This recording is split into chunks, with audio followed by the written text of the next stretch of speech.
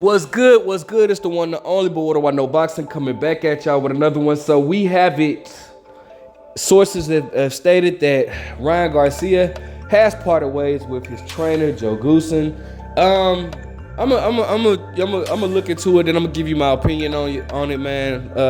It is what it is. You know what I'm saying? It is what it is. It looks like Ryan Garcia is trying to make changes through his career. He even actually stated that he doesn't know what his future holds with Golden Boy Promotions. So let's look into it and then we'll talk about it, all right? So shout out to ESPN.com. It says star boxer Ryan Garcia and trainer Joe Goosen have parted ways in the aftermath of a 7th round KO loss to Gervonta Davis in Las Vegas last month, source told ESPN on Monday, which is today.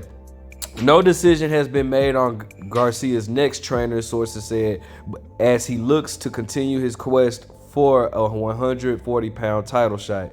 Goosen didn't respond to a text message seeking comment. Garcia, who now has the record of 23-1 in 19 knockouts, and Goosen first teamed up when Garcia was still growing as an amateur boxer in Southern California. Garcia was trained by his father, Henry Garcia, for most of his pro fights, but Eddie Reynoso took control of the corner in 2018. Reynoso, Canelo Alvarez's long-term trainer, guided Garcia to 5 fights in 5 bouts, including his 7th round TKO over Luke Campbell. Following that career-best victory, Garcia was out of the ring for 15 months while he addressed his mental health and recovered from a wrist surgery. When Garcia returned in April 2022, there was a familiar face in his corner alongside his father, which was Goosen. The 24-year-old was trained by Goosen, who is now, I did not know Joe Goosen was 69 years old. That's crazy. But anyways, for 3 fights, a decision over Emmanuel Tago in April, a 6th-round KO over Javier Fortuna, which in my opinion was his best victory. Or you could argue between that and Luke Campbell. And in July, and finally the loss to Tank Davis. The first 2 fights with Goosen took place at 140 pounds, while the super fight with Davis, boxing's biggest revenue generator in years, was contested at 136-pound catchweight. Actually, the first 2 fights was not at 140. That's actually wrong. The fight with let me see, who was it? Was it Tago? Was it, man? Yeah, I think it was at a catchweight of 138. But anyways, Garcia, who fights out of Los Angeles, is ESPN's number 6 junior welterweight, ranked number 6 junior. What? I could think of like a whole bunch of junior welterweights that would be Ryan Garcia. But anyways, he said at the post-fight news conference that he will return to 140 pounds where he feels stronger and faster. I'm a big attraction to the sport, said Garcia, and I think whoever I'm going to fight is going to be big. During a career that started in 1969, Goosen has trained some of the best fighters at his 10 Goose boxing gym in San Fernando Valley of Los Angeles, including the Ruelas brothers, Shane Mosley, Michael Nunn. Anybody know Michael second to none? Joel Casamayora and Riddick Bowe. He's best known for his instructions to Diego Corrales before scoring a come-from-behind TKO victory over Jose Luis Castillo in 2000. Wait, that was definitely not in 2015. I think they meant 2005. And one of boxing's most dramatic moments in one of the most dramatic moments in boxing history. Garcia, with 10.4 million Instagram followers, another 5.5 on TikTok, is one of boxing's most recognizable names. He's promoted by Hall of Famer De La Hoya, but just who will be leading his corner remains to be seen. And it's actually stated that he stated that he doesn't even know if he's gonna continue to work with Golden Boy. So this is interesting, man. All right, so look, man. It appears to me that Ryan Garcia, first let me just state this, bro. I'm not really a fan of fighters like when they lose, they just change the trainers or whatnot. But it seems that Ryan Garcia, to me, I think that he's trying to find that fit, like, and there's nothing wrong with that, bro. You do have to have a good, some fighters, not all fighters, but some fighters do have to have that connection, that bond. And though Joe Goosen was with Ryan Garcia in the amateurs, maybe he just doesn't feel that certain bond with Joe Goosen that he's looking for. You don't know. You just never know. And I can completely understand that. Bro. But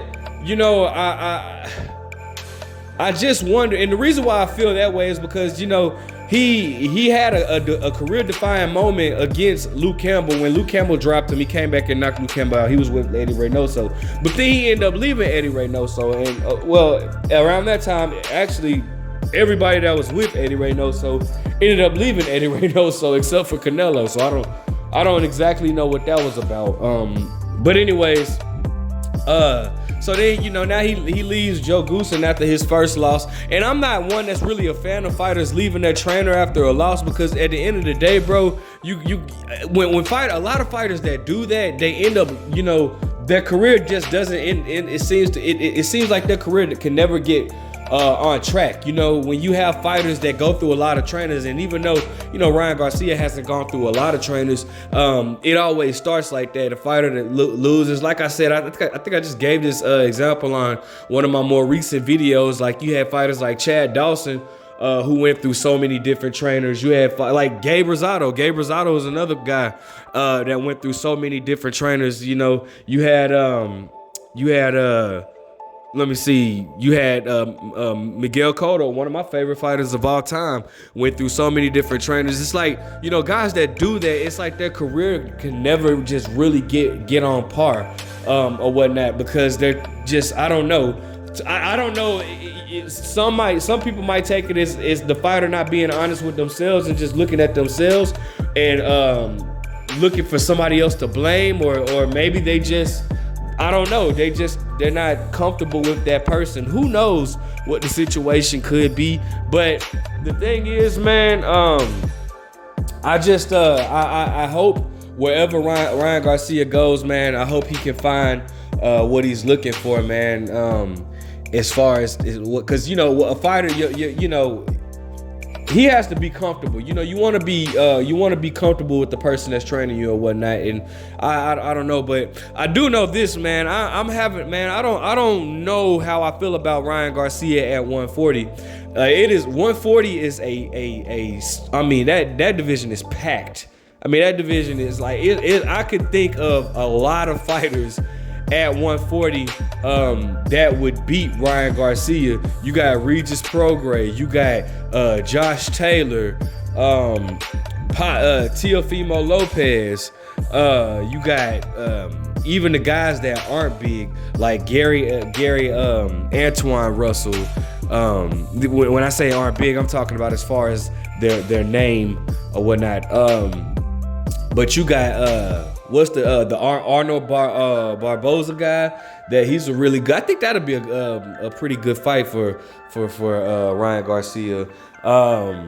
But Rolly Romero, I think Rolly could possibly. I'm not gonna lie to you, man. Y'all think, man? I promise you, I've always stated, I think Rolly could possibly beat Ryan Garcia, bro. I'm gonna be honest with you. A lot of people might not agree with that, but shit, I think Rolly could possibly beat Ryan Garcia. So I don't really know. I mean, now, of course, politics will work in Garcia's favor because Garcia is a draw. I mean, just go back. Every time I watch a clip of the fight or something, or you type in the fight Ryan Garcia versus Tank Davis, I see more and more new faces. Booker T was there. I was going to say Booker T. Washington. Booker T, the wrestler, Booker T was there. Future was there. Like, every time you see more and more star celebrities. So Ryan and Tank are stars, bro. So, politics and boxing, man, they might make their magic work for Ryan Garcia. I can see the WBC pulling some strings for Ryan Garcia to get a belt. They want anybody that has a good following to hold their title or whatnot. They'll do anything for them. But if politics aren't involved, man, I think Ryan's gonna have a hard time capturing the world title at 140. That's just my opinion. But anyways, man, listen, let me know what you guys think about Ryan Garcia parting ways with Joe Goosen. Make sure you guys like, comment, subscribe. Who do you want to see train Ryan Garcia? But what do I know?